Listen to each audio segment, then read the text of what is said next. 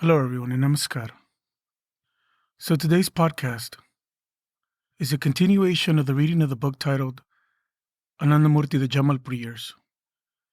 And this is a reading of the 20th chapter titled A Civil Ceremony. Preceptors must be more than intelligent, they must be super intelligent. They must also be married. For according to Tantric injunction, only a married person can be the guru of married people.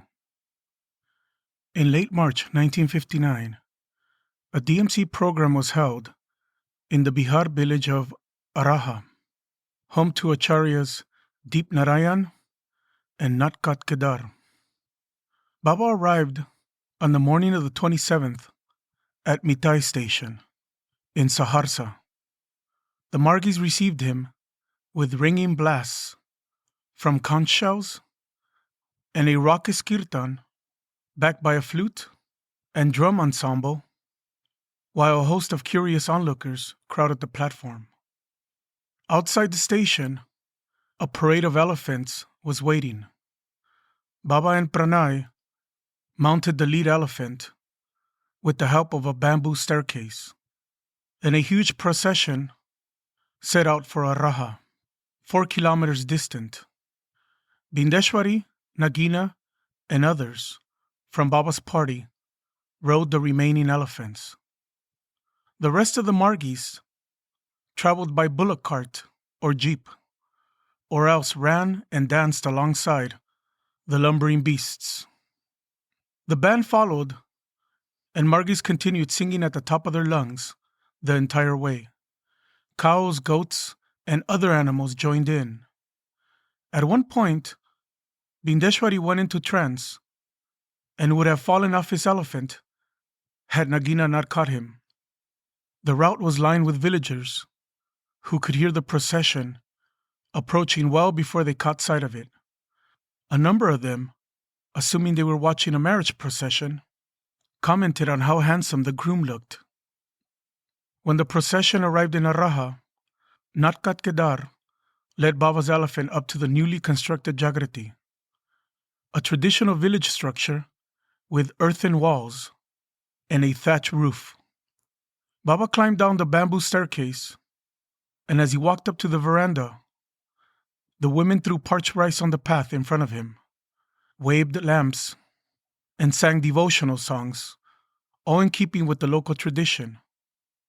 Baba cut the long ribbon of mango leaves that ran across the entrance and stepped onto the veranda where Deep Narayan's wife, Jiva Devi, was waiting to perform the traditional arati. She lifted a silver plate laden with burning camphor and incense and began tracing slow, solemn circles in front of Baba, while everyone chanted in unison the arati verse.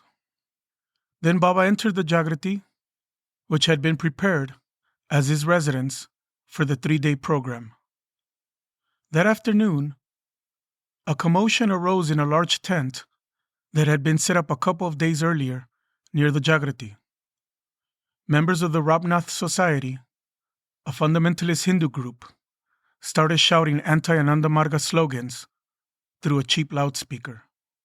They hurled insults at Baba and the Margis, alleging that Anandamarga violated the Hindu scriptures because it asked Brahmins to remove their sacred thread, spoke out against idol worship, and allowed women to attend programs alongside men.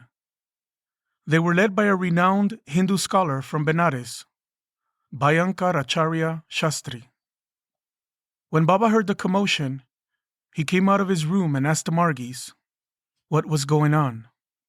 When they told him, he smiled and nodded his head. "Don't worry," he said. "The more they shout Anandamarga, the more they do publicity for us." The next morning, Bhayankar Acharya issued a written statement challenging Anandamurti to a scriptural debate. A group of Margis brought the challenge to Baba. Many of them were angry at the ongoing insults coming from the Ramnath tent and were restless to take some kind of action. Baba listened and said, "This kind of debate is for followers of the same scripture. Since we do not accept the Vedas or the Gita as proof, there is no question of a scriptural debate. But since they have invited us, we can extend on the courtesy of attending. Indradev Gupta and Chandranath will be our representatives. Baba, Indradev said, Bhayankar is insisting that the debate be conducted in Sanskrit. Chandranath and I are both very weak in Sanskrit. What should we do? Don't worry, Baba replied. Tell him it should be in French, and then scold him in French for 2 minutes. Then Baba reached out and touched Indradev at his trikuti. The debate was fixed for midday. By the time the noon hour struck, more than 1,000 people were sitting on the grass in front of the Ramnath tent. Baba was watching from the window of his room in the Jagrati. The 4 local pundits, who had been selected to serve as judges, sat on chairs to one side. Bhayankaracharya, Indradev, and Chandranath stood and faced the audience. As expected, Bhayankar opened by insisting that the debate be held in Sanskrit, the language of religious scholarship. Indradev immediately held up his hand. I object. The debate should rightly be in Hindi. Otherwise, no one in the audience will understand. Only the judges and 1 or 2 others will be able to follow the discussion. If you don't know Sanskrit, then why do you have Sanskrit verses in your books? Bhayankar shouted. Remove them from your books, or else debate in Sanskrit. Indradev looked back at Baba, who nodded from his window. Then he turned his attention back to Bhayankar. You want the debate to be in Sanskrit, so you can befool the people. It might as well be in French then. Indradev followed with a long string of epithets in French. Though no one could understand what he was saying, everyone in the audience laughed, even the pundits.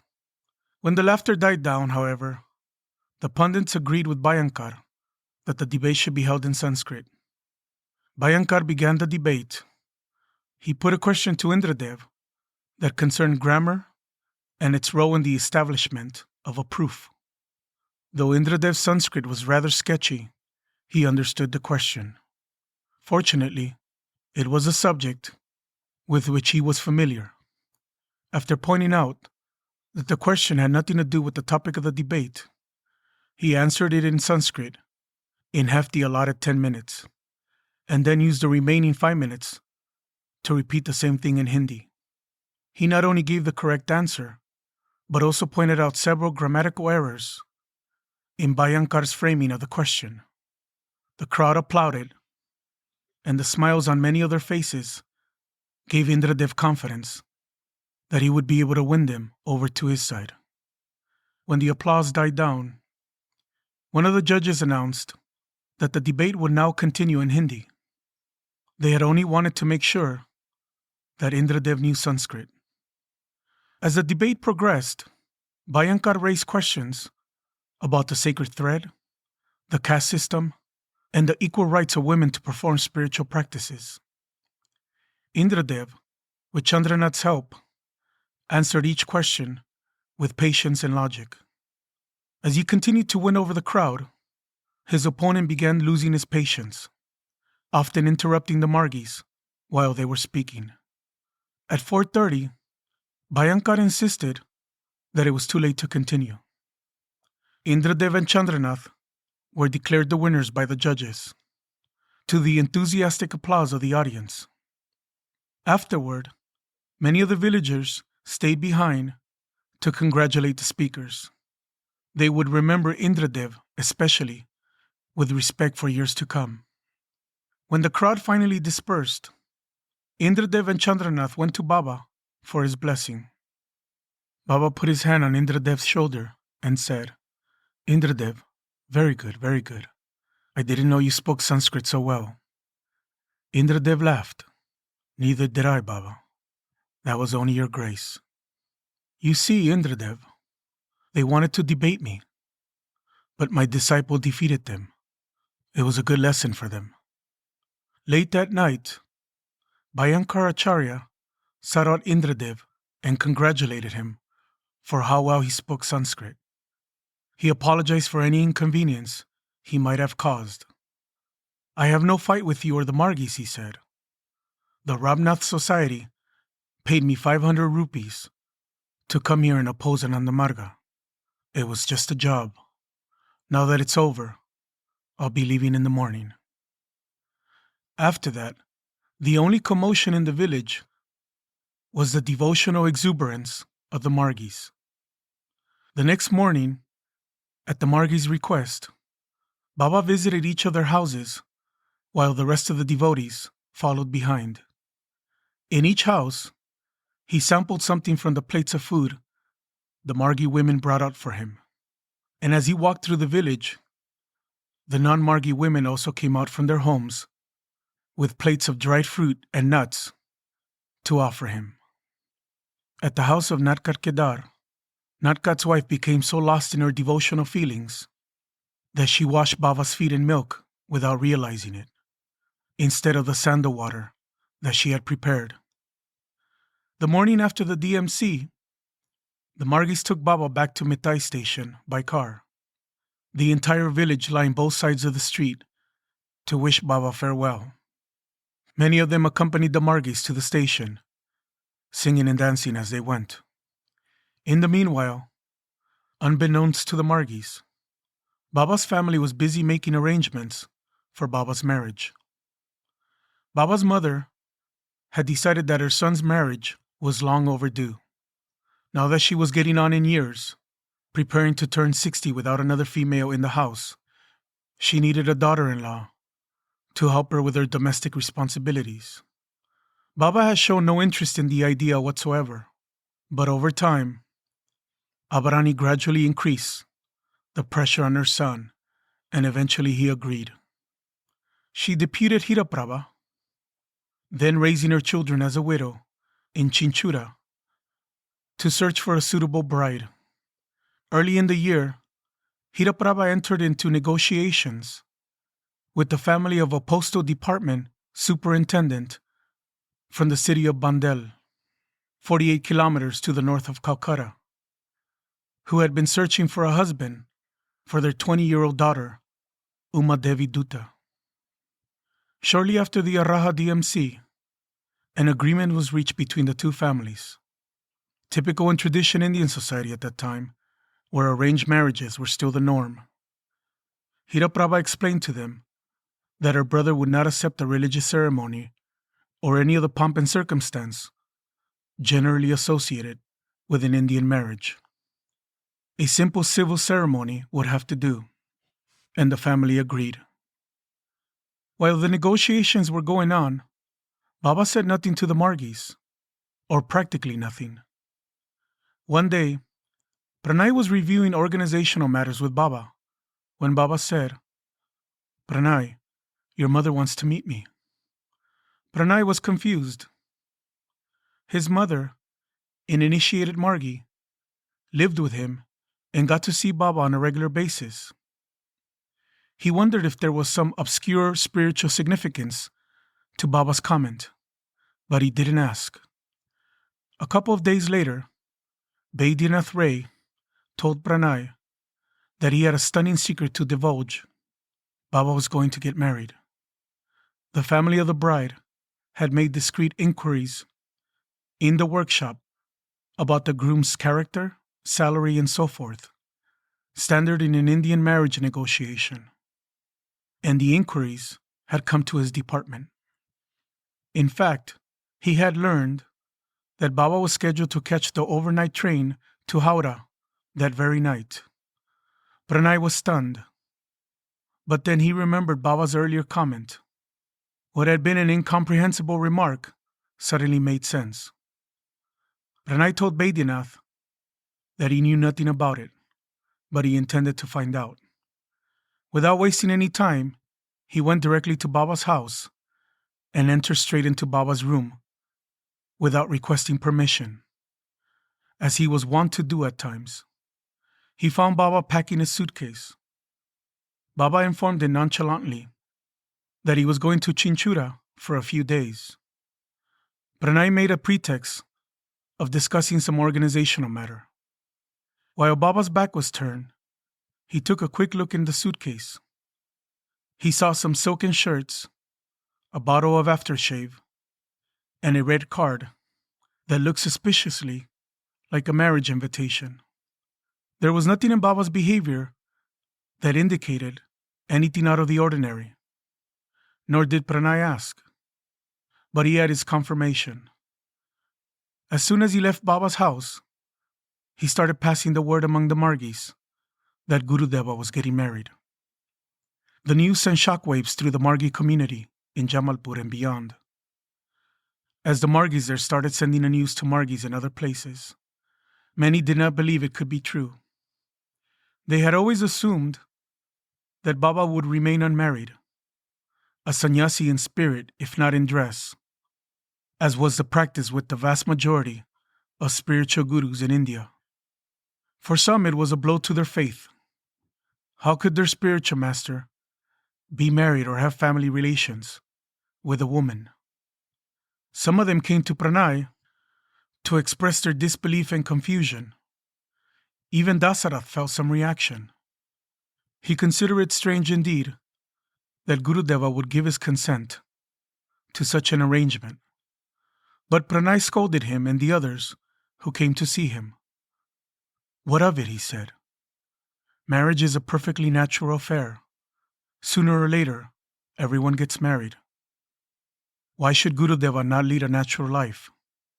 He called to their attention to the first edition of Charya Charya, in which Baba had written, "Marriage is not a hindrance to Dharma sadhana. Marriage is a dharmika ceremony. No disciple should harbor any inferiority complex about being married. And for this very purpose, every disciple should consider that the Guru of the Marga is married." Baba had always emphasized this to his married disciples, Pranay pointed out. So why should they feel strange now, when he was about to turn his teaching into a concrete reality? Baba would later point out in a discourse on Tantra that one of the characteristics of the Tantric Guru is that he must be married in order to set a proper example for his householder disciples, that illumination is equally accessible to all, regardless of whether one is a monk or married. When Baba arrived in Chinchura, he met his first cousin, Ajit Biswas, who accompanied him to the bride's house and then on to the civil register for the marriage ceremony, along with Hiraprava's family and the family of the bride. Hiraprava's brother-in-law served as the best man. It was the first time the bride and groom had met. After the wedding, Ajit informed Baba that the family had scheduled a traditional ceremony for the next day, one in which Baba would have to dress up in the traditional groom's costume, similar to a prince's garb from ancient times. Baba objected. He pointed out that he had insisted on an unostentatious, non-religious ceremony. Ajit laughed. "Bubuda, you are caught by your own words. This is a purely social ceremony. It has no religious background." Baba gave in, and the bride's family was happy to have a little pomp and circumstance after the rapid and rather austere ceremony at the registrar's office. Back in Jamalpur, Pranay was able to find out which train Baba was returning by. An easy matter for a railway workshop employee. He, Chandranath, Ramaswarath, and some 50 other Margis met the train in Bhagalpur. Pranay, Chandranath, and a few of the senior-most disciples made their way to Baba's compartment to pay their respects and salute the marriage party. In the compartment, they saw a young woman sitting opposite Baba, her head and face veiled by the fold of her sari. As they paid their respects to their Guru, it was clear to them that Uma Devi found it all very strange and very unexpected. In fact, she had no idea that she had married a spiritual guru. All she knew about Baba was that he was an accounts clerk in the Jamalpur workshop and very well behaved. Ramaswarath was standing outside the compartment. He had taken initiation about a year earlier from Acharya Sarangi, his supervisor in the Barishwar Block Development Office. Still beset by doubts about his guru getting married, Ramaswarath wondered, as he looked at Baba, if Baba might perhaps now lose his spiritual powers. Suddenly, he felt a powerful vibration running through his spinal column. A wave of ecstasy overcame him that would take him many days to evade. His body shook, and Chandranath had to physically hold him up to keep him from falling. All his doubts vanished. After Baba and his new bride arrived in Jamalpur, Pranay requested and received permission from Baba to hold a wedding reception for the Margis.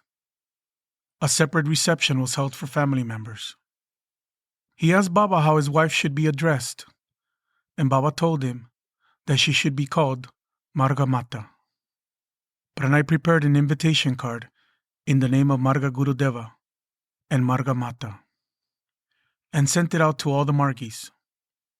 Baba acted as host during the reception, which was held in the courtyard of the Jagrati.